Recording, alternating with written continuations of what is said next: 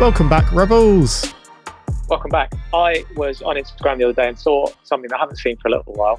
The old hustle culture type meme post where they were basically saying how to hustle is really negative because eventually it's just going to lead you to burnout, and that we have to be more considerate about how hard we're working because eventually it's going to lead to burnout. And controversial, red flag, I don't particularly agree with that sentiment. And I think that demonizing hard work is a good way to let yourself off the hook.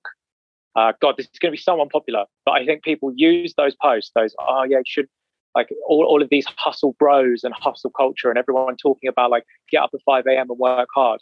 That's really destructive. Is it destructive or is it necessary, certainly in the beginning of your career, to put every single thing that you have, every ounce of your being into making this thing that you want to do a success? Because every single other person in your field is your competition. Like literally they are your competition, and you can have beautiful communities where everyone gets on really well, but like sometimes you're going to be vying for the same opportunities. And hustling, if we want to call it that, or working hard, which I'd rather call it, is going to get you to the place where you want to be. And if you don't get to that place, then someone else is going to do that hard work and they're going to take your spot. Yeah, 100%. I completely agree with everything you're saying there. And it's something that I feel like so many of the posts that are kind of like anti-hustle culture, kind of anti-burnout, all of these different things are generally created by very privileged people who've they've probably hustled and they've probably burnt out to get to where they are. And I think like the feeling of burnout doesn't feel great. And it's probably one of those things that like, oh, we've got to the other side of it and that didn't feel great. So if I could go back in time, I'd try and take out all the things that didn't feel great along my way, and that'd make my life a lot easier to get there. But then I think when you look back, it's easy to kind of like see those things and be like, oh, I'd love to remove them. But then you couldn't be where you are without them. It's like when you start anything, you're starting at zero. When you start an Instagram account, you open it, you've got 0 followers. When you start any skill, you start at 0. Everyone else around you who's in that same field is above 0. You need to get to at least their level before you're kind of on par with them, before you can even start to compete in those different fields. And it's going to take work to get there. And again, we're not all privileged, not all in a world where we have infinite time and we have infinite money to throw at stuff. And sometimes, especially money, like all we have to do is time. Like if you're from a privileged background and you've got loads of money and you can hire this person to do this, you can pay for Facebook ads, you can buy all these different gadgets and stuff to kind of help you get to where you want to get to quicker. Like that's great for you. And that is like a lot of people are in that situation, and like we can't be negative towards them because that's just what they have. But not everyone's in that situation. So if you don't have the money, all you have is time. And I think that's where you need to put in more time to get up to the level that they are at, which is what we call hustle. And I think that's all you can do to be able to match someone. Like the world's not a fair place, unfortunately. And sometimes we have to work harder than other people who have the money to try and get up to the same level they are. But without the hustle, it's those people who are going to win. And I feel like it's the people with the money generally who are the ones who are being like anti-hustle, because they haven't had to hustle to get to where they are necessarily, because they've got the money to be able to shortcut them there. Yeah, it's very interesting. I had a chat with my parents recently, and we were talking about the sort of the last 10 years and the beginning of our company. And my mum and dad, bless them, they were like, "Why didn't you ever ask us for any money? Like, you know, we would have given you some money to like start your business or whatever it might be." And like that's really lovely, but like it wasn't ever a consideration, because I think they forget that when we started the business, they weren't convinced that it was going to be a success. And they were still encouraging me to go and be a primary school teacher. So there's that side of it, like, that I didn't think that there would be any money on offer.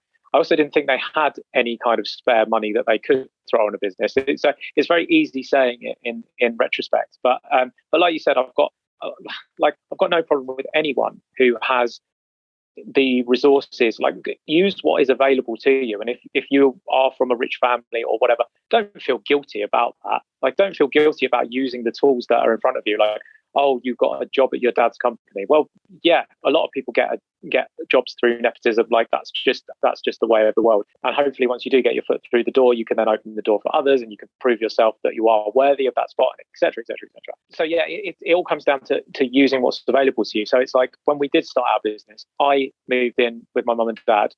So they did really massively help fund the business by just putting a roof over my head and not expecting any rent from me.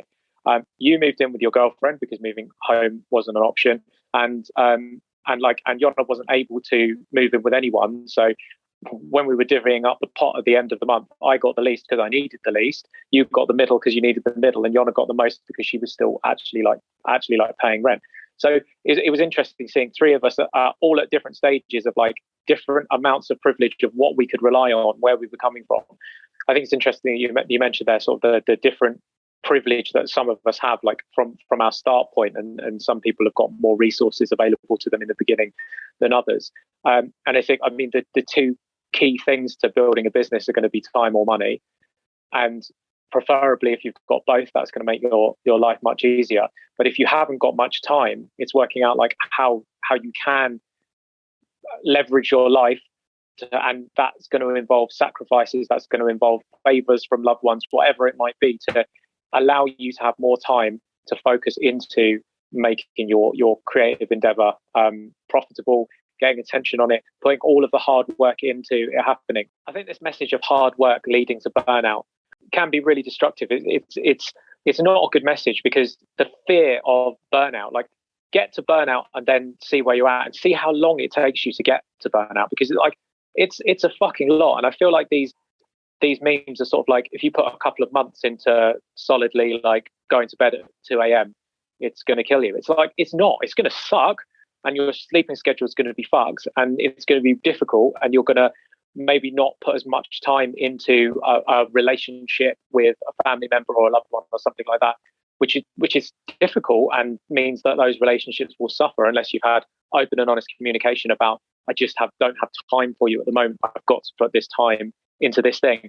And I mean, we mentioned on an episode recently about being selfish. It's like, until you are happy in your life and career, I don't think that you can properly serve the others that are around you, and until you're able to have those positive feelings about what you're doing. I think for when we look at mums that we've interviewed on the show, someone like Erica Lee Sears, like, she makes a painting every single day. She finds the time to do that. And she has, I think, 2 or 3 kids. Like, she's got some kids. But for them, that's what an inspiring thing to see, that their mum does that, and they learn through seeing their mum working hard. I think that's a great role model, rather than like, mum's got time to sit and play with me. And I'm not saying she doesn't play with her kids or whatever, but like, mum's got time to sit and be with us 24/7. It's like, that's a lovely fairy tale that, yeah, if we all had unlimited cash, we could just sit with our loved ones and do nothing else. But I think actually what a better lesson is like, enjoy the time that we do have to relax and watch a movie together or whatever it might be. But in the meantime, watch mum work. Like, watch dad build this. Watch uncle go and do this thing. Watch your sister build an empire. Like those, it's really positive to actually see those things. You can only do those things if you're going to be able to put that hard work in yourself. Like, say, don't work hard. Say, don't work late nights to any new parent. Like, these people go through this every single day. Like, they're up all hours of the night. They don't sleep much. Like, when you start a business, like, the amount of times we refer to our business as our baby, because it is something that requires all your time. It's going to keep you up at night. But it is like a baby. Like, for the first few years, it's going to be shit. Like, you're going to have to go through that, but you get into it knowing what you're going to go through. And if everyone kind of went into having a child like, oh, actually, I don't want to have to hustle, I don't want to kind of wake up in the middle of the night, then like, don't go into it. Like, you know what you're going to get into before you even start. It's going to be hard work, but then as that kid gets to a certain age, it's going to start to look after itself. But it does require that kind of like love and attention in the kind of early years to actually make it grow up and be a success. And you're talking about time and money there. And I think that if you don't have time or money at this specific time, then now's probably not the best time to invest everything that you don't have into something. So maybe get to a stage where you do have a bit of free time or a bit of free money, or like try and like navigate your life in a way that's going to free up something somewhere. Like, if you look at what we've both done in the past year and a half, like, we didn't just start this with zero. We had a successful business that gave us the funds to be able to go and do the things that we were going to do.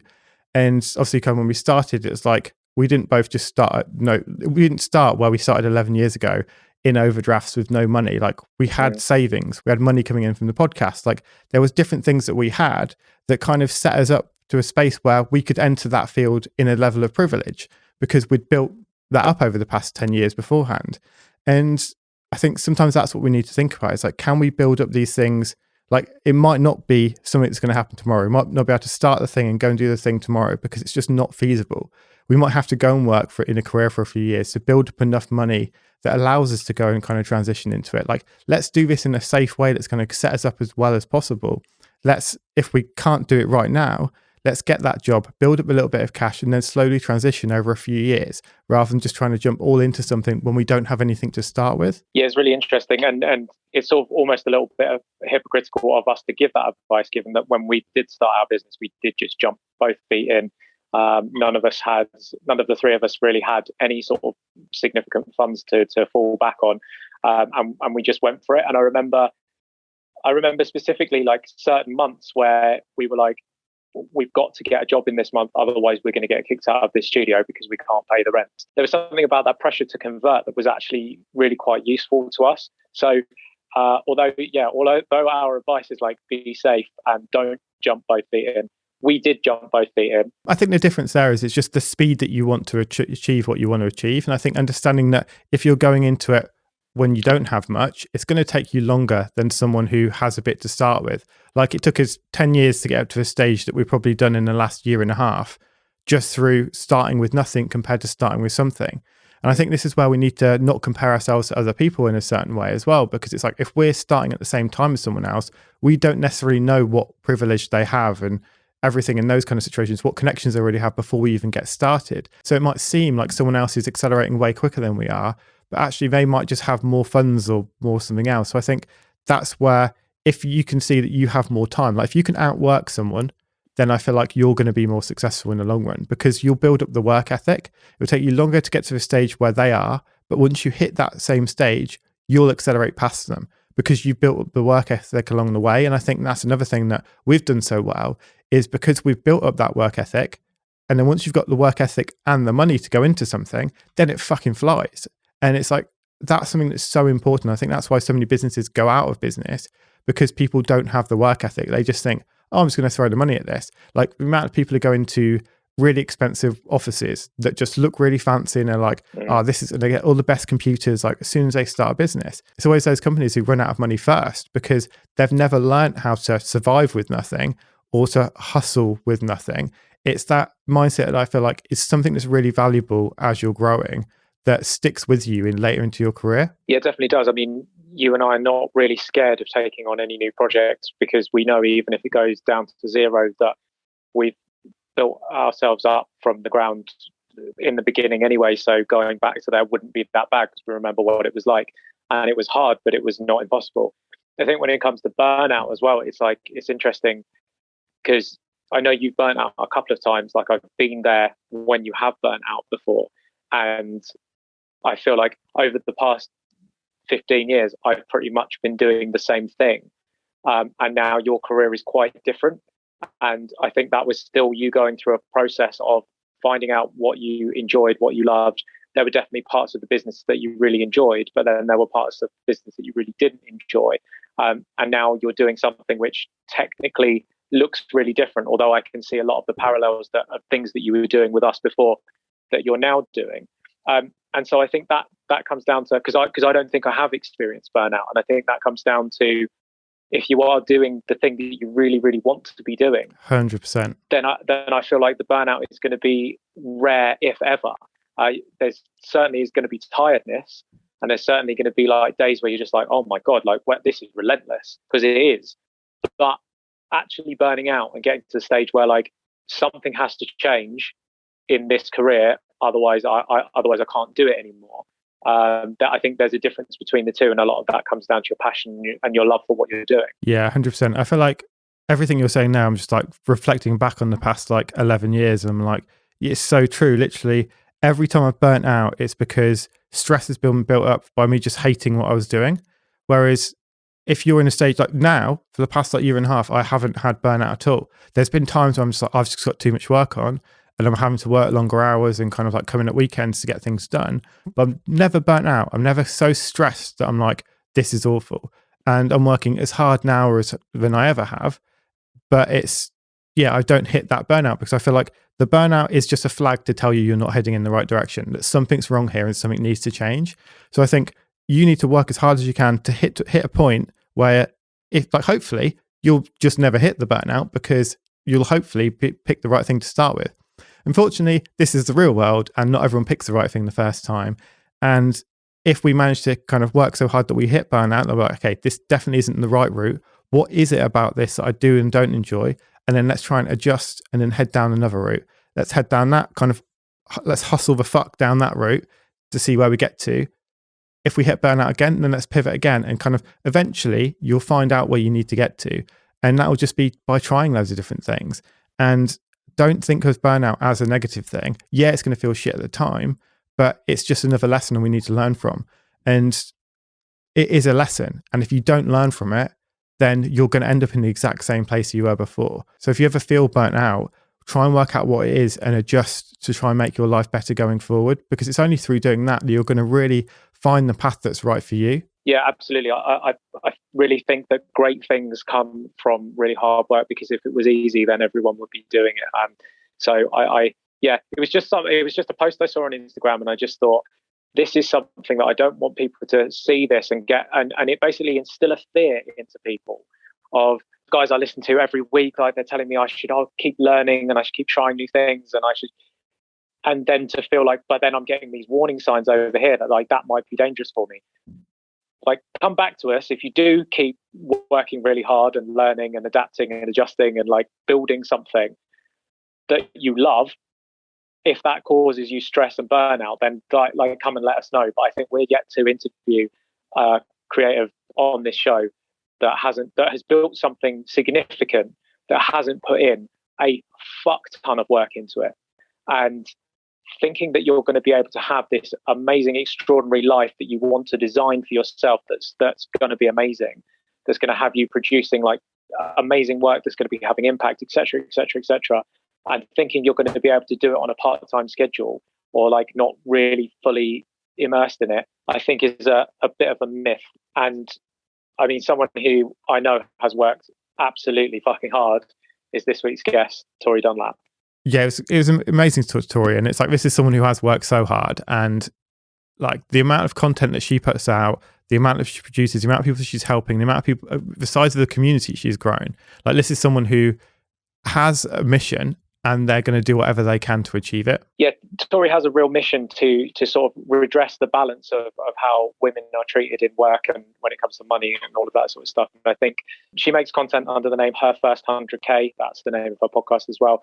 And she made $100,000 by the time she was 26 through like saving and investing and all of that sort of stuff. And she's gone on to open a multi-million-dollar business since then.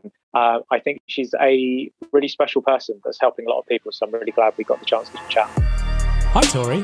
Hi, thanks so much for having me. Welcome to the show. How's it all going? I'm good. Life's good. It was very stormy here in Seattle yesterday, and it seems to have cleared up. It's been raining for weeks, so it's nice to have a little bit of sunshine. I know very little about Seattle apart from the fact that it rains a lot. It's like Nirvana, Grey's Anatomy, rain. Like those are the three. And When Starbucks? I travel, The Starbucks. yeah, and Starbucks. Yep. Oh yeah. When I was in Europe, I just came back from 2 months abroad, and it was really funny because people ask, "Oh, where are you from?" And we go Seattle, and they go, "Oh, Nirvana," or they go Grey's Anatomy, or yeah, Starbucks. So it's very funny when you realize like what your city's known for, you know, as you travel. So yeah, it's great. Tori, I was listening to your podcast today, and you said something which is sort of really scary, actually, that our impression and our attitude towards money is often ingrained in us by the time we're 7 years old, by watching our parents and people around us and how they behave with money. That's a pretty crazy fact. It's wild. Yeah, I mean, second grade, you know, it's wild when you consider how early our money habits and our money perception is cemented, both as individuals and if you're a parent, figuring out, okay, if your child's over the age of 7, they have the majority of the way they will view money for the rest of their life unless they do some work to change it, right? If they need to change it, that's already there. It's already cemented. So yeah, it's crazy when you start thinking, and I, in that podcast episode, guide people through kind of a journaling exercise around your money beliefs or your money kind of psychological trauma, if there's any. And what I have people do is think of their first money memory. What is the first time you consciously remember thinking about money? And I think that that's really, it gives a really good insight as to, you know, how you perceive money as an adult. Was money scarce? Was money abundant? Was it evil, or was it a source for good, right? And for me, I was lucky enough for my money memory was like, I wanted to save up to go see Annie the musical because I'm a theater nerd. And like, it was a great memory of my parents going like, okay, if you want something and it's not birthday or you know, your birthday or Christmas, you need to save for it. And so, you know, I have a great memory of, okay, if you want something, you save money in order to get it. I have other clients or friends where, you know, that first money memory is not nearly as positive. So I think it can shed a lot of light as to how you perceive money, you know, as an adult and as you were growing up. It's really interesting because I tried to think of my first money memory and I couldn't actually think of anything. So I don't know what that says about me, but... Well, and for some people, it might be when you were 12 or when you were 15. Maybe it was your, like, you got a job as a teenager, right? And you're thinking about money, or you wanted to go to a concert. I know that was for me when I was younger, right? I wanted to go to a concert and see a certain band and like trying to save up the money to be able to afford that. So, I mean, I certainly remember, I think my dad's had a big effect over me, and it was something we had to unlearn with our business when we first started. Was he was like, working, like, he's always been self-employed. He was working as a plumber, and he would take every job, and he was always like, you've got to take everything. And I think that was something that we unlearned later on, is like, someone's emailing, they've got some money, we better, like, they're willing to pay us to do whatever it might be, we better say yes to it. And sort of in recent years, we've kind of worked out like that's actually a really stressful way of living with things, and it keeps you on the edge. And I guess sort of, it's counterintuitive, but like knowing that you're going to be okay. Like, we've got a track record of the past 10 years. There were some months where we weren't able to pay ourselves, but we paid our staff. And then eventually we got enough in to pay off that debt, and we paid ourselves back. So we've got enough of a track record, like, okay, you're going to be fine, to not have that panic of like, they're emailing, they want something, we'll have to give it to them. Right. And I think it does come from scarcity, right? It's like, if I don't take this client, what if there's not going to be clients, right? Or what if I don't take this money, even though they're severely undercompensating us, that might be the only money we get this month, right? So I think that's super valid, and it's something I see in a lot of people. And for me, you know, I was lucky enough to have parents who educated me about money, and realized growing up that was a privilege, and that's why I started Her First 100K. But even, you know, having really good money habits and learning those from my parents also had a negative impact when I went out on my own as an entrepreneur, because I was calling my parents, who I'm really close with, you know, on the cusp of quitting my job and feeling like, okay, I think I can do this. My current job is now not a healthy place to be anymore, and I really want to get out. And I have this growing business on the side, and I think it can support me. I know it can support me, but this is also really scary. And I called my parents, and they're like, don't quit. You need that. You need that 401k. You need that health insurance. They're like, do not quit. Do everything you have to do to keep your job. And I was like, I appreciate your perspective. And then I end up quitting anyway. And that was really scary, both going out on my own, but also, you know, making a different decision than my parents, who were always very like financially stable. They picked the stable option.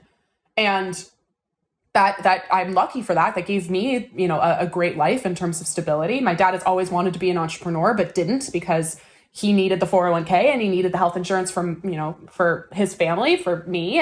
And so I'm thankful they went the stable route. But for me, I was like, I don't think I can do that. And it was a direct contradiction to everything I've learned, everything I knew. And of course, I'm really glad I made the decision. And I call them up every once in a while, and I'm like, hi, remember when you told me to not quit? Because I'm doing great, you know. But it's very interesting. Even these like good narratives, or these things of, yeah, like, take the opportunities because you don't know when they're going to come again, can also have a psychologically negative impact. So that's the stuff that you don't realize until you're, you know, grown up and trying to make your own money and trying to make your way in the world. Thinking back to that now, with all your experience and all your knowledge, what would you recommend to someone who's in a similar position of like, oh, I'm not sure which way to go with things, and maybe their parents aren't the best people to ask. Like, where would you go for that information? Well, that's the thing is you learn as you grow up who you go to for what advice. You know, so I love my parents, but there's plenty of things I don't counsel them on. I'm not talking to them a lot about my dating life, right? Or I'm not talking to them necessarily about a lot of aspects of my business because, and this is not their fault, they just don't know a lot of that, right? But I am going to them for other things. So you also learn who you need to go to get the kind of support that you need. I knew for this case, I knew what my parents were going to say, which was keep your job, don't take that risk. You need the stability of a 9-to-5. And you know, I knew that I needed to talk to other people too, to get other opinions about it. And in terms of that decision, it wasn't like I was quitting my job with nothing lined up. I had been running my business for almost 3 years at that point. It was making consistent money. It was actually making as much, if not more money than my 9-to-5 every month. I had come off 2 weeks before an interview on Good Morning America. I had momentum. I had money in the bank. I had just hit my 100K at 25, which is the origin story of her first 100K. So literally I had every duck in a row that I possibly could. I had money in the bank. I had a proven business. I had momentum already. It was just me taking the leap. And I truly believe that the universe made that decision for me and kind of made my environment at the job I really loved very unstable, because I think that that's what prompted me to make the decision to go out on my own. I don't know if I would have made it had the universe not made it for me. So yeah, I think that in terms of decision making, you figure out who you get advice from and especially who you need support from in different situations. But also, I'm not the kind of person who's necessarily recommending that, you know, if you have one path that has nothing going on in it, right, maybe that's not the path for you. For me, entrepreneurship, I had literally every single thing I could control ready to go. It was just stepping off the cliff and seeing in Indiana Jones, right, if there's a bridge connecting to the other side. So yeah, I think for me, it was a decision that was scary at the time, of course, but I would make 1,000 times over. Yeah, and I think a lot of times in those situations as well, like I'm sure in your head, you knew the answer, like you had everything in line. You knew, you just wanted permission from someone to be like, yes, go and do it. Because I feel like you're that's 100% right. It's the hardest thing, isn't it? Because it's like, we know that, we could do that. But then it's like, if it goes wrong, then it's my fault because I made the decision. Whereas if someone else was like, I think you should do it. If it doesn't work, it was almost like nothing actually changes, but that psychological twist of, well, I can blame them for it, even though you'll never blame them for it. It makes such a difference. Yeah, and I think to your point earlier, it's even beyond blame. It's just like, I think some of us just need permission to make either quote unquote like a selfish decision or a risky decision. And for me, entrepreneurship was really not that risky. You know, again, I had all of those things lined up. I had money in the bank. I could also go back to corporate whenever I wanted. And that was actually the solace that I took in that decision of like, okay, if this doesn't work out, if it turns out I hate it, if I can't get clients, if I can't make money, I'll just go back to a 9-to-5. And then maybe I try it again. Maybe I'm done. Maybe it's like, nope, entrepreneurship actually isn't what I want. And of course that didn't happen. I figured out that this is very much what I want. But yeah, I think a lot of us, especially women, I think we wait or ask somebody else for permission to do something that feels good for us. And maybe it looks inherently, and I'm putting selfish in quotes, but selfish, or it's not what everybody else is doing, or it's not what you're supposed to do, right? Like I think of like traveling alone as a woman. Like I've just started in the last couple years to feel comfortable doing things alone because I was told by society, oh, well, first of all, everybody's going to be looking at you. And second of all, it's super unsafe. And obviously I'm not going into back alleys at 11 p.m. alone, but I am going out to dinner alone, or I'm going to an art museum alone, or I'm traveling to a safe place by myself. So I think that there's a lot of narratives that we're just told either by society or by our family or by the systems of just, we are asking for permission to do something that isn't normal. But you have to ask yourself for permission, right? You're really the only person who can say yes or no to what you want. Yeah. And I think that word selfish is something that I think about all the time because I think it's seen as such a negative word. But actually, if you think about what selfish is, it's just doing something for yourself. And I feel like sometimes that is the most important thing. You need to think like, I need to think about my own life. I need to think about what's going to make my life better. And like, just do that sometimes. Like, don't worry about what everyone else is going to think about this. Don't worry about what the world's like thinking of you. Right. Just sometimes do the thing that's going to bring you more joy, bring you a better life, because you've gone so far down the line, you've not made a single decision for yourself. Yeah. And I think that's where people start to have the regret, and they start to, things build up in kind of relationships where they get bitter about things because they haven't made any choices for themselves. And I think looking after yourself is so important. Yeah. Have either of you read Untamed by Glennon Doyle? This book utterly changed my life. And what she talks about is this like narrative of selfishness that especially women face. And I am not a mother, but I, from reading her experience, obviously knowing what it's like to be a mom, I think that narrative, again, of selfishness gets really, really inked into every part of you being a woman, but especially being a mother, of like, you have to stay in your marriage that you don't want to be in for the kids, right? Or you have to, again, work a 9 to 5, or, have a stable job, or get married, or do these things because that's what society has told you to do. And it's actually, of course, not only doing yourself a huge disservice to not, as cheesy as it sounds, live your truth, but it's also everybody else can see that you're unhappy, right? So staying potentially in a relationship for, quote unquote, for the kids when you're unhappy and when you're not being able to show what a healthy relationship looks like, or what a happy, healthy parent looks like, right? That's actually a huge disservice to your kids. Right. So even these times where we're told, okay, being selfish is wrong, right? Or you have to do something for somebody else, right? Or boundary setting. That's the perfect example too of like, if I set this boundary that's honoring what I need and it potentially harms our relationship, that's on you, right? Or that's not giving this actual relationship the beauty and the truth that it needs in order to thrive. And so I think, this word selfishness, I think, is really damaging, because it's actually really beautiful to do what you need to do in order to show up better for people in your life, or in order to show up better for your business, or in order to show up better for yourself, right? And therefore you'll show up better for others. So, and again, as women, I think we've been taught literally from childhood that our value as human beings is in service of others, right? Boys, when they're growing up, are given trucks and Legos and these things to build, and these like very,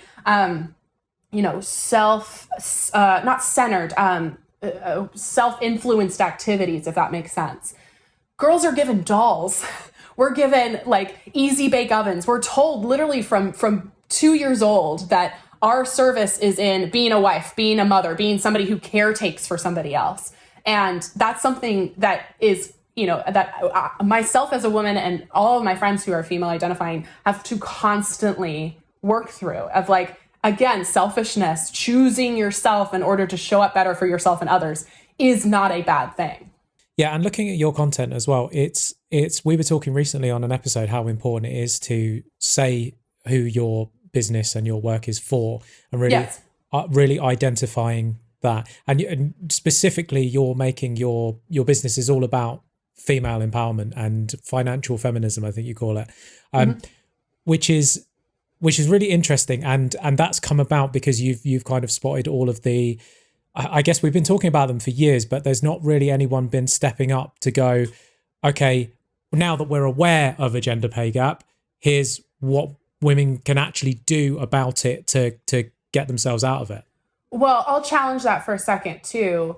I don't think it's necessarily on women to solve the gender pay gap that they themselves did not cause, right? So yes, there's ways that we can teach women to negotiate their salaries, right? Or to, learn how to level up in their careers, of course. But I think, and this is for me what financial feminism is how do we give resources to individuals while also acknowledging that none of this change really does anything until we have systemic change, right? So the wage gap is, I think, the very small part of that is women not advocating for themselves at work. I think an even bigger part is that when women do, they also are seen, we were talking about selfish, ungrateful, they're seen as, bossy or pushy, right? So a lot of times when women ask for the raise, they don't get it, right? And then they work at a company that doesn't offer paid family leave, that, consistently underpays their female employees, because there's no real retribution if they don't, right? Or if they actually do pay them fairly. So I think that for me, my work is not just here's how to get ahead as an individual. Here's how to pay off debt. Here's how to save. Here's how to negotiate. But here is the system that we exist in that is not helping us in any way, right? $1 trillion student debt crisis in the United States. Black and brown people, of course, systemic racism coupled with, we talk about the wage gap for women. It's 78 cents to a man's dollar. It's even worse if you're a woman of color. Yes, again, a small part of that might be they're not negotiating their salaries, but are Black and brown women even getting let in to the places where they could negotiate their salary, right? Or yes, diversity is important. I'm putting that in quotes, but how many of your C-suite level, your VP executives are women, are Black and brown people? So I think that that's what financial feminism, again, is for me, is it's like, okay, how do we use our own personal finances to better our lives and thus better the world? But also, how do we start talking about money in a more transparent way so we can start changing these systems that exist that don't, benefit minorities, whether that's women, people of color, LGBTQ members of that community, or, disabled people, right? All of these marginalized groups are impacted by the fact that we are not talking about money, that money is taboo, and that the people who already have power and who already have money are the very people who are telling us to not talk about money. They don't want you guys to be winning. They don't want anyone that's been held down. They don't want them to have access to information to free up wealth, essentially, because I mean, you were talking about risk earlier, and it made me think like your business has boomed during a pandemic when really having a 9-to-5 for so many people has been really risky, and actually going out as an entrepreneur was the wise option if you knew what you were doing.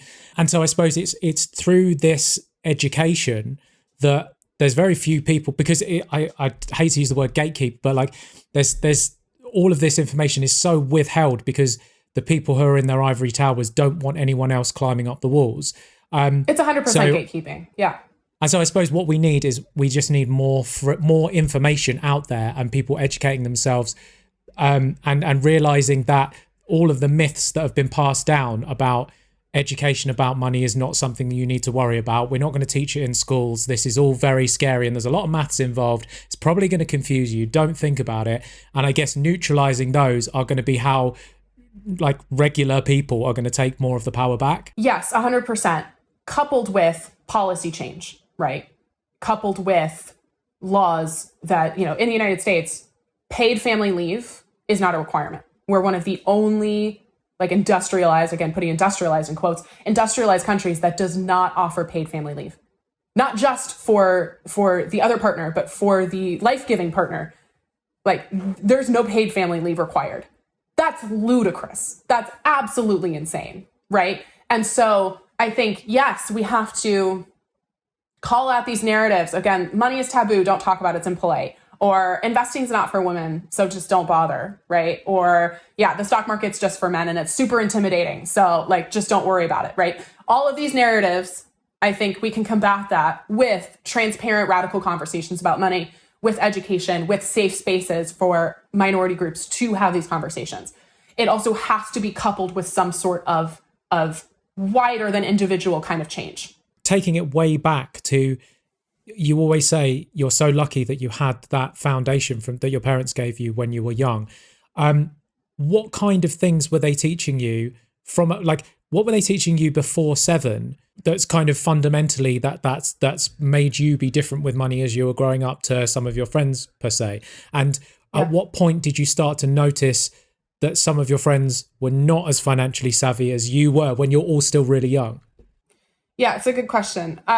Before 7, I don't know how, one was if you want something, save for it, right? So we're not going into debt for it. We're not asking somebody else to pay for it, right? It was very much if you want this toy, cool, save up for it, right? Or if you want, you want to go to this concert, save up for it. Or even, I was 7, I was not making money. So maybe it was save for half, right? Or something like that. So that was one thing. really what I really learned, especially as a child before high school, from my parents, is I saw how they managed money. And plenty of my clients have told me that their parents would say one thing, but then do another, right? So they would say, don't overspend on credit cards, but then they would see them going crazy and swiping their card all the time, right? Or like spend money below your means, but then they would take these lavish vacations, or they would buy brand new cars, right? My parents still drive a 98 Yukon that they bought, in the late 90s. They still live in the same house I grew up in when they very easily could have upgraded. They're frugal almost to a fault. And so I saw that. I saw my parents make really smart financial choices. And I'm lucky enough and privileged enough where I never wanted for anything. I had food on the table, right? I went to good schools. That was something that was really important. I was my parents' investment, really. That's where the majority of their money went, was to me and my education and my piano lessons and my t-ball, and all of that. But really too, I think the incredible thing I saw was that they spent their money on things that they loved. So they saved a bunch of money and squirreled a lot of things away, but we also took a vacation every year, right? Or we also went camping, or, that was really important to them, was travel or experiences. And so as I grew up, I saw myself saving a lot of my money, but also thinking really thoughtfully about what I wanted to spend my money on and what was quote unquote like worth it to me. So that's the method I actually teach now to my community, is you don't have to stop spending money. I don't need you to stop spending money. I don't need you to go on through a financial diet. I just need you to stop spending money on things that you don't give a shit about, right? I need you spending your hard-earned money in the places that are going to bring you the most joy, and figuring out what those things are. For me, yeah, I wear makeup and I wear clothes, but those two are not big for me. I would rather spend my money on a really good meal. I want to go out. I'm a huge foodie. I want to spend my money on really good fried chicken. That's my thing, right? Or I want to go travel. So yeah, I just came back from 2 months abroad, and that's where I want my money to go. So I think that was one of the biggest things I learned from them, just through them showing me as a real life example of, we can save money and we can be financially responsible, and we can also use our money right now to bring us joy and to create memories for our family. That's really interesting you're saying that. So I was thinking about my parents who separated when I was quite young, which is say 26 years ago. And it's interesting now to be able to see, based on their two different approaches to life and money, where they've ended up after that kind of 26 years. And they're both now in very, very different places. And I think that's quite nice to observe, to be okay, which path is the right way to go? And I think sometimes it's nice to have that vision of, well, actually, by doing this, this is going to end up in this kind of life. And they're now in two very different places. And I feel like I can kind of take bits of both of their lives that are kind of benefit it in a way. I think this is where your content is so nice, because it kind of gives you show what the future can look like by having different mindsets, which I think is something that we don't have often in life. And I think that's why your kind of content is so important, because it shows you that actually by making these small little changes, you can dramatically impact your future. Yeah, I completely agree. I always say that money means choices, right? So especially for women, I give the examples of, you can leave a toxic situation, whether that's a job or a relationship, because you're not financially dependent on it, right? I took a job a couple years ago that ended up being extremely toxic, and had to quit after 10 weeks without another job lined up. And I was able to do that because I had an emergency fund. I was able to leave the job where I was crying myself to sleep at night and constantly in so much fear that I was going to get fired, because I had a horrible boss, and I could leave and sustain myself until I found another job because I had money to do so, right? You can, like I said before, donate to causes you believe in. You can have kids or not have kids. You can get married from, out of love and not out of, you need to find somebody who has money to financially support you. You can also stay single for the rest of your life if you don't want to get married, because you have your own money, right? You can retire early. You can start a business. Everything opens up to you when you have a financial foundation, when you have, money in the bank. And so I've seen that in my own life, the ability, again, to start my own company, to now employ women, to give women jobs, to travel, to, buy meals for my friends when we go out. Like, that feels so good to be able to put down my credit card and be like, nope, I got it. Like, that's so cool to be able to like, no, I'm buying you dinner. I appreciate your friendship. I'm buying you dinner. Like, that's so cool. And so I've seen it in my own life. And then we get messages now probably every 10 minutes from a woman somewhere in the world that our advice has made a difference for them. And so once you become financially stable, once you become financially confident, everything opens up to you, and you become just more inherently confident in every aspect of your life. Because again, like talking about relationships, like I don't have to stay in a relationship that doesn't value me, both financially and because I feel so worthy. I feel so worthy of love and good things that I'm like, if you're going to bring toxicity in my life, I don't want it. I don't need it.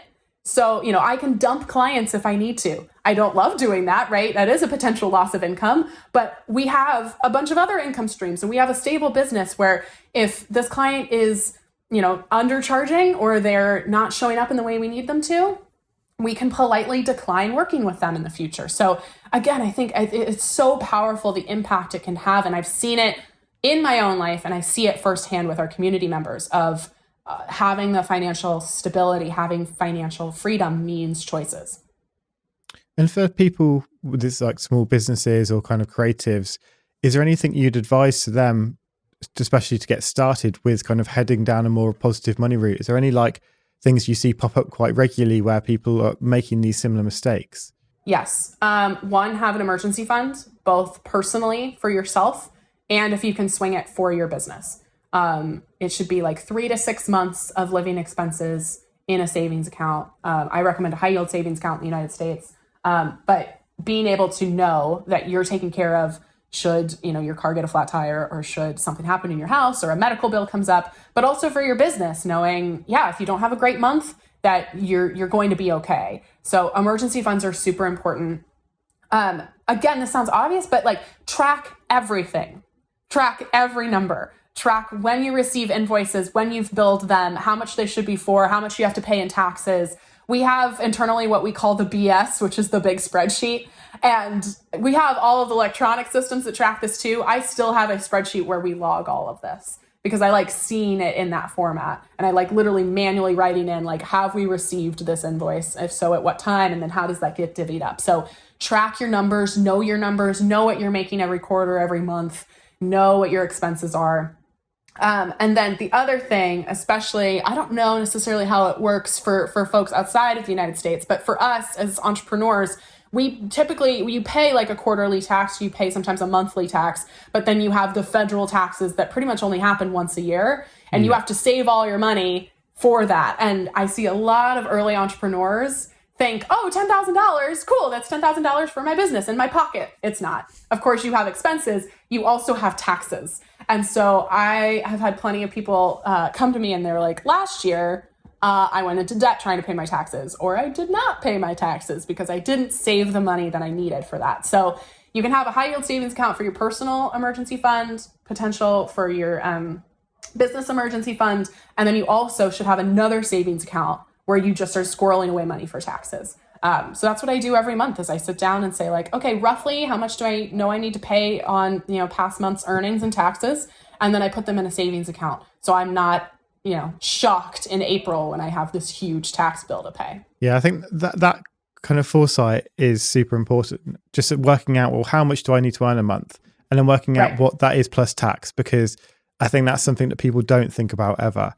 And just setting that up can be super easy. And I think making sure that when it comes to your emergency fund as well, is making sure that gets filled before you start being like, oh, I've got this extra money and now I can go out for dinner and do all these other things. Like, it's going to be a bit of like I can't remember what, I saw one of your TikToks where it's basically like you basically say, to do this, you need to do this. And it's a bit like, oh, well, I don't really want to do that. You want to be rich? Okay, well then to be rich, you have to be good with money. You have to like learn about money. And then it's like, oh, no, thank you. It's like, well, I always say nothing changes in your life unless you change it, which is not very poetic, but like nothing changes in your life unless you change it.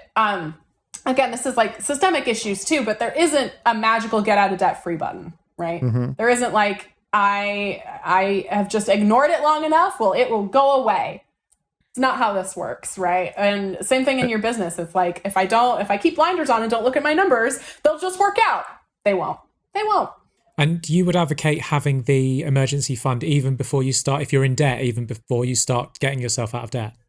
Yep. So this is contrary to some financial experts, Dave Ramsey especially, who's like my least favorite person. But the big thing for me is I need you to have some sort of money in the bank, an emergency fund, before you start paying off your debt.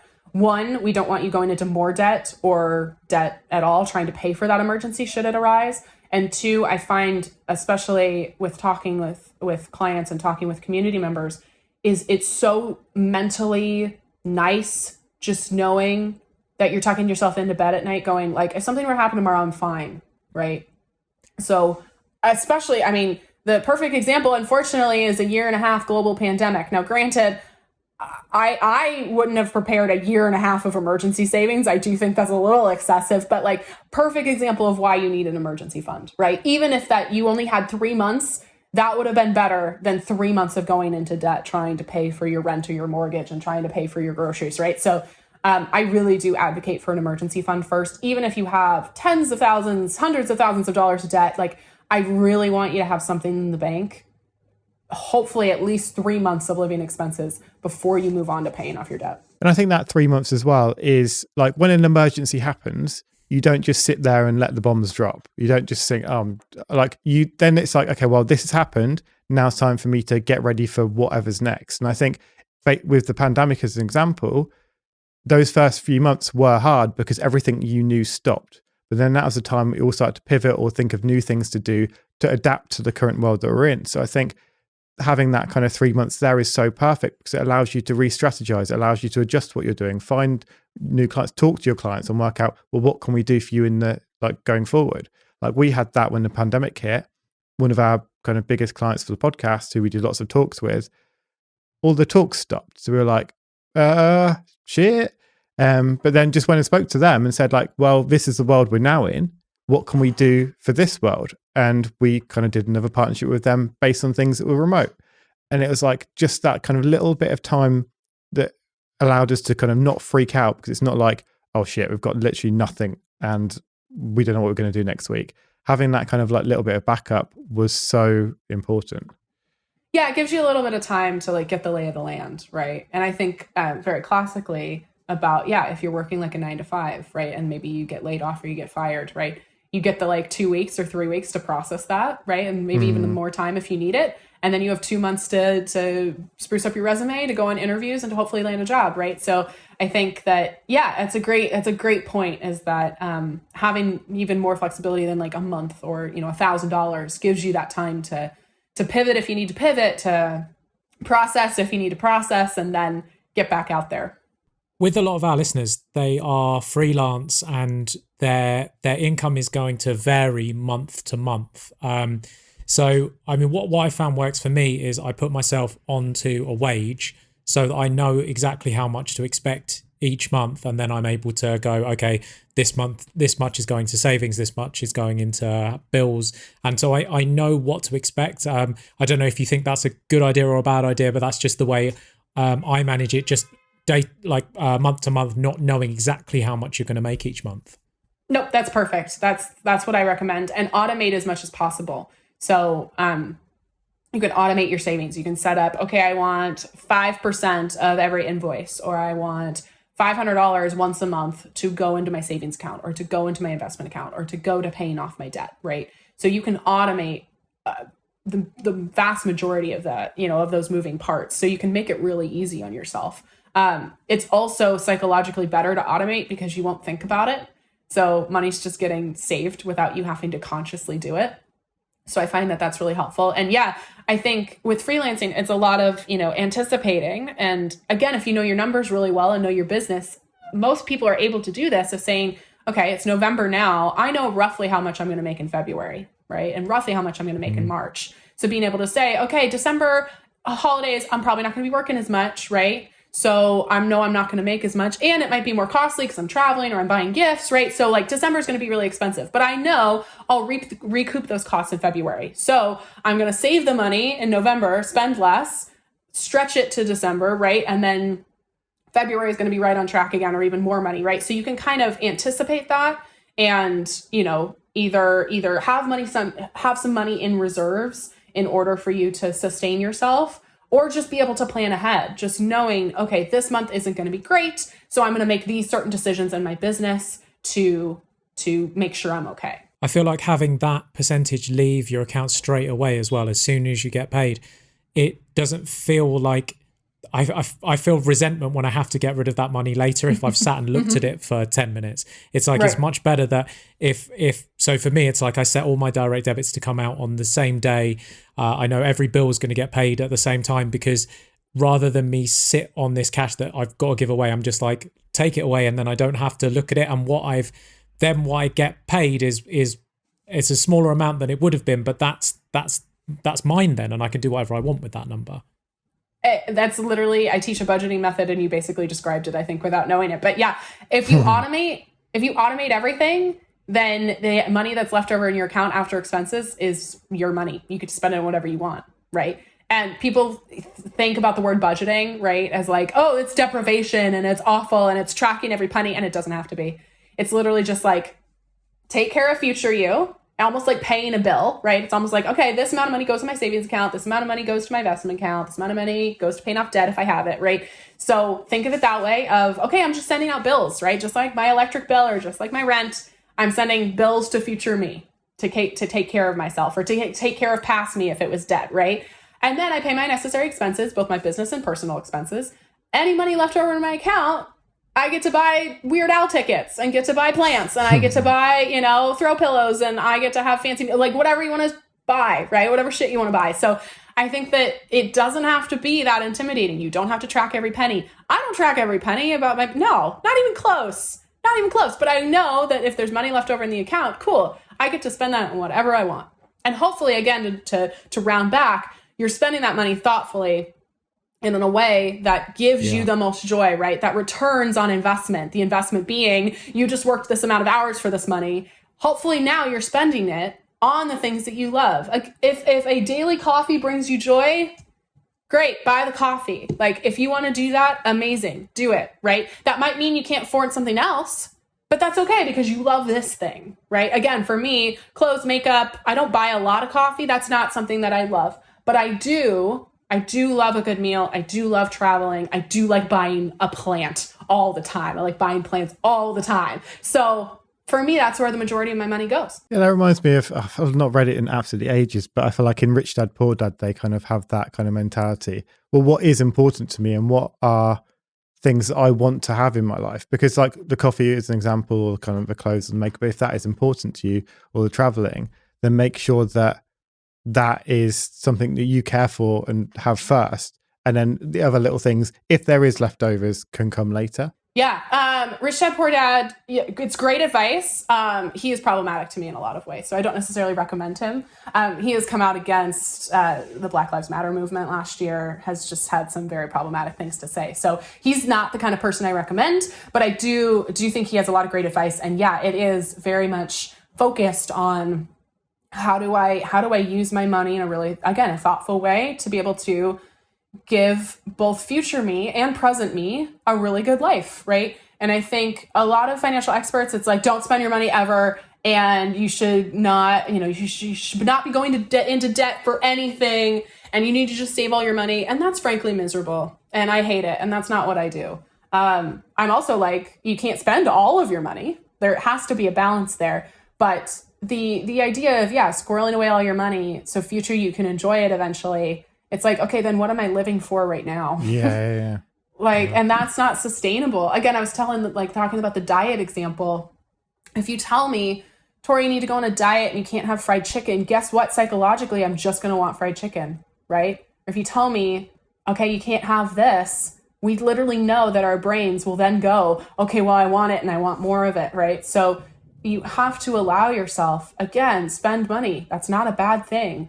Actually, all money will be spent eventually, even the money you save, right? It might just be spent in a couple years to buy a house, or it might be spent next year on vacation, or it might be spent 65-year-old you gets to go to Cabo and flirt with her much younger Pilates instructor named Luca. That's my real life retirement plan. So, it will be spent at some point. It just might not be spent today. And then make sure you do have stuff set aside to spend today, because it's not sustainable to think, okay, I'm going to live on oatmeal and ramen for the rest of my life. That's not sustainable.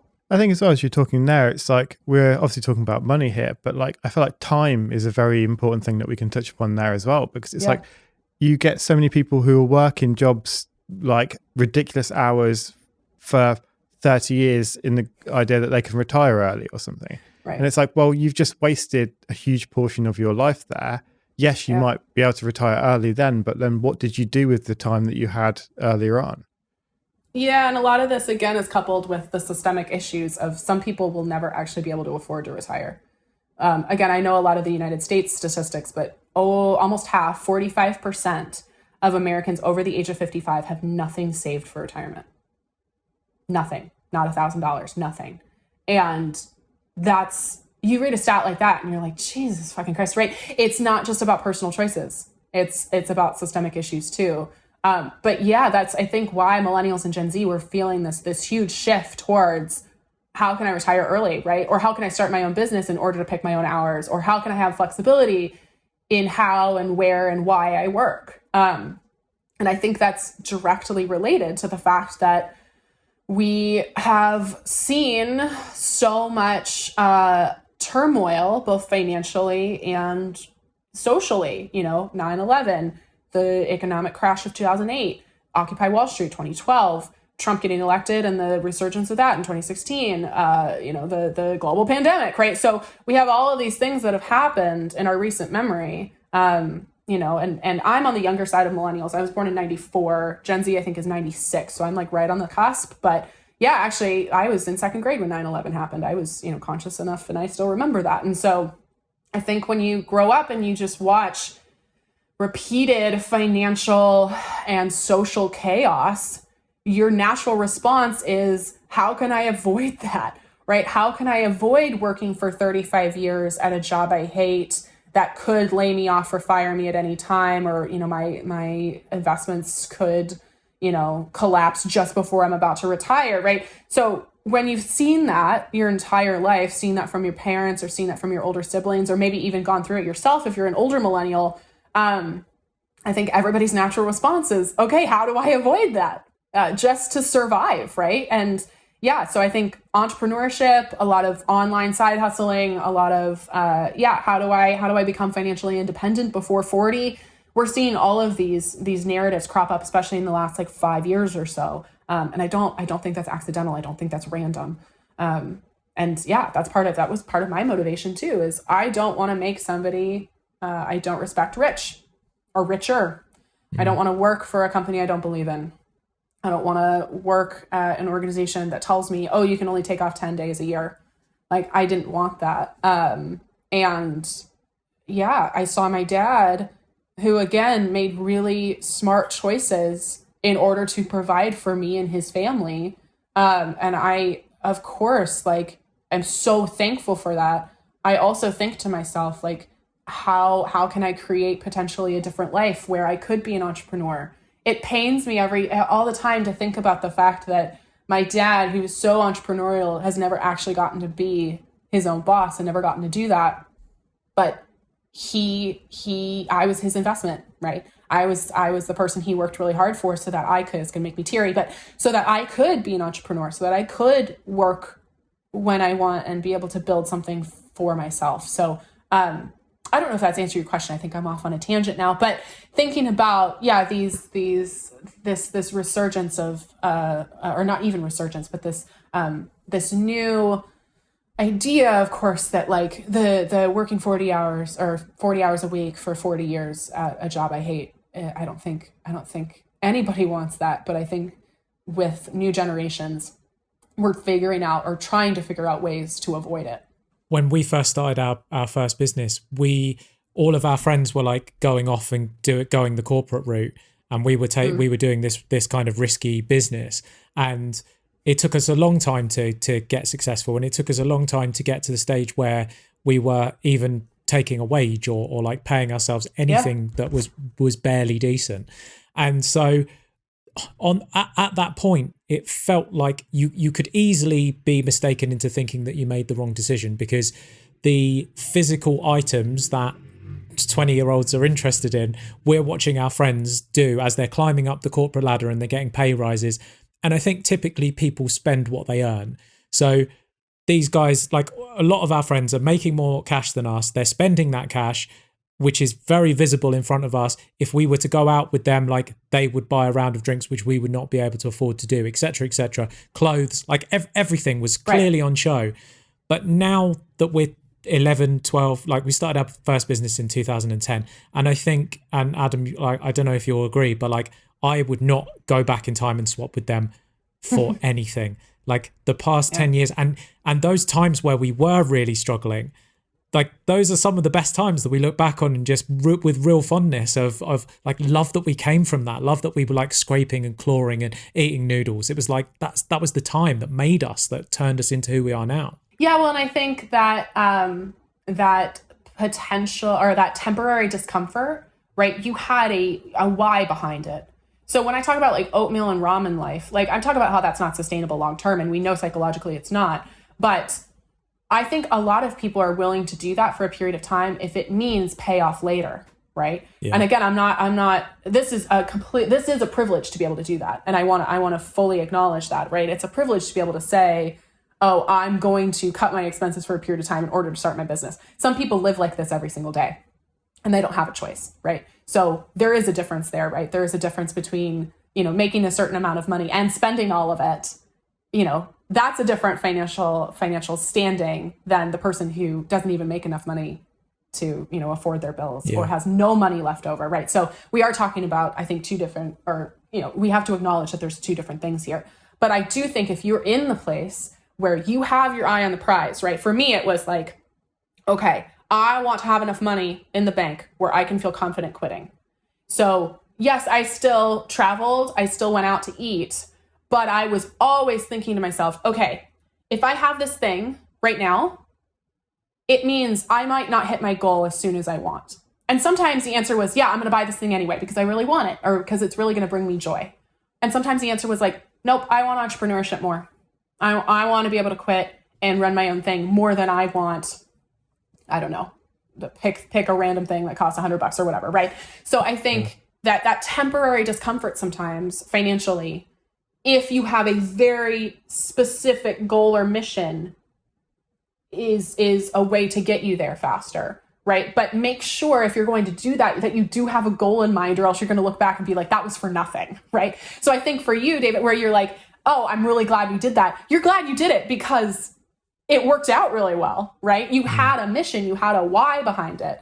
I think, if you're sacrificing a bunch of stuff for no purpose or no reason, it's not going to feel worth it, right? And again, with all acknowledging all the privilege in that statement, if some people don't have the luxury to do that. But yeah, I think your point about entrepreneurship is a risk, right? It is. It's a really big risk to go out on your own and to not have the stability and to not be able to ball out at a club all the time, right? And you hope that it pays off eventually. And for me, it did. I didn't make money in my business really for the first 3 years. I was running it as a side hustle. And, biding my time. And I had everybody asking me like, when are you going to quit your job? And I'm like, I'm not ready to quit my job yet. Like, it's not ready. And it's also like, I feel like 9 to 5s also kind of get a bad rep. My 9 to 5 was my first investment. I've never I've never taken VC funding. I've never gotten a loan for my business. My 9 to 5 was my investment because it gave me enough money to be able to, live and save even a little bit. And then I could, kill certain parts of my business that weren't working without fear that I wouldn't be able to pay my bills. I wasn't dependent on my business before it was ready to sustain me. So that worked for me for a really long time. And then when it wasn't working anymore and when I had all my ducks in a row, I was ready. And I look back on those times and I was like, God, it was so hard being at like 4,000 Instagram followers and wondering why nobody wanted to follow me, even though I was creating content every day, right? Well, now I'm a multi-million dollar business owner who, gives jobs to women and who loves what I do and who sees impact literally every day in our work. And so, it's 100% worth it. But when you're going through it, it's hard. It doesn't necessarily feel worth it in the moment, but you always have your why. You have your reason you're doing it. I mean, you mentioned social media there. You've we all started at zero. You're now in the several millions when it comes to social media. I see a lot of content from specifically millennials and Gen Z who are almost like giving up the dream of ever like owning a house or having and what would you say to them, or perhaps the creative freelancer who would love the idea of being able to save 100k, but it would just seem impossible? Because that I think that's why I'm seeing this content, is because it just doesn't seem like a thing that we're ever going to be able to do, looking at how the boomers have like fucked everything up for everyone. I'm going to be honest with you. I don't know if I have an answer, because really my answer is, again, I'm going to sound like a broken record, take a shot every time I say it, but like it is not just enough to be working hard, right? But it's the narrative, especially in the United States, that gets, it's literally called the American dream, right? If you just work hard enough, everything will work out for you. And that's not true. It's not true. And I think releasing yourself of that pressure can be really helpful. And that's a lifelong journey. But being able to release yourself of the weight you might feel of, I am working hard, why am I not doing better? Because you're in a system that unfortunately was not designed for you to do better. Yeah, for sure. That's horrible. It's awful, right? But I, as an individual, am not going to be able to solve that. I'm doing my best to try to solve it. I'm doing my best to try to make this a more flexible, inclusive world that we all live in. But I'm not going to solve that by myself, and especially not like by tomorrow. So I think one of the other things, we were talking about this earlier, about like creating the life that you want. I had to really get honest with myself of, do I actually want to buy a home? Or is it, again, just like this narrative that's been sold to me as success? Yeah. Right? Do I actually want to have kids as a woman? Or am I just told that that's my responsibility to be a mother? Right? Do I actually, you can play this game all over, right? Is this something I actually want? If so, amazing, right? Or is this something that I've just been told is a measurement of success, or something that I should want? And if it is something you do want, I mean, all you can do, right, is again, work to change the system that is not helping any of us, but also, working to save money and working to manage your money as best as you can, and invest your money, pay off your debt, save your emergency funds. For me, numbers are not intimidating. They're an exciting challenge.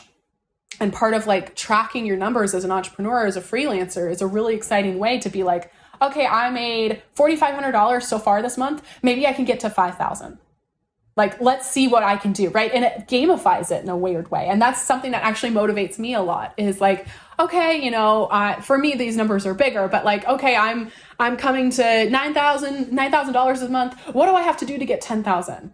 Do I pitch another client? Do I, put my products on sale? Do I, bring another team member on temporarily to help me boost sales, right? So that can actually be a really exciting thing, is if you have a better relationship with your numbers, where they don't feel intimidating, where instead they actually give you a lot of really good knowledge to transform your business, or to make strategic decisions. So I don't know if I don't have the answer for you, but I will say that on an individual level, all you can do is try to make good choices with your money.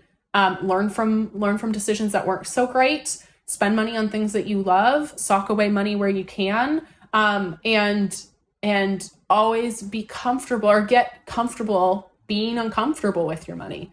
It will be uncomfortable for a while to look at your numbers. It will be uncomfortable to check how much student debt you have. Like, that will be uncomfortable, but you get out of your comfort zone, and that's where things start to happen for you. So at an individual level, I think that that's the best answer I can give. I think that the gamifying thing is something that me and David definitely relate to a lot. Like, basically our business model to start with was just Pokemon, and like how you have your little Pokemon and you have to train them up, and you have to kind of like get to certain levels every time to be able to beat that next gym badge, and then you kind of progress from there. And I think that's the important thing. And I think there's so many games that have brilliant worlds where you start at a low level, you'll go off into a certain direction, and you'll get absolutely obliterated by something that's just colossal. and you realize, Right. okay, that's not the way to go yet. I'm going to be there at some point later, but for now, I'm going to go this path where it doesn't feel like I'm growing very fast. And it feels like a long way until I'm going to beat that massive thing that killed me earlier. But it's going to be this slow grind that gets there. And I think what you said there about kind of having that idea of, okay, well, this is how much I earned this month. How can I get just like a little bit more next month? It's not like, how am I going to triple this? Because realistically, people don't just triple and triple and triple. Otherwise, everyone would be multi-billionaires within the space of a short period of time. Your 100K is also not going to happen next week, right? Your first 100K, whether that's debt paid off, saved, invested, earned in your business, if you're at 30,000, yeah, it's probably not happening next week, right? And releasing yourself of that pressure, I think, is really helpful. Well, we are big fans of yours. We think you're doing a great job. Thank you so much for doing the show. Could you let our listeners know where they can find you online? Thank you for having me. This is one of my favorite conversations. This was really fun. I am at Her First 100K on all the socials, HERFIRST 100K. I also host the Financial Feminist podcast, which is available on Spotify and Apple. But my primary communities on social media are TikTok and Instagram. So I would love to come see you and come say hi. Amazing. Thank you so much. Thank you.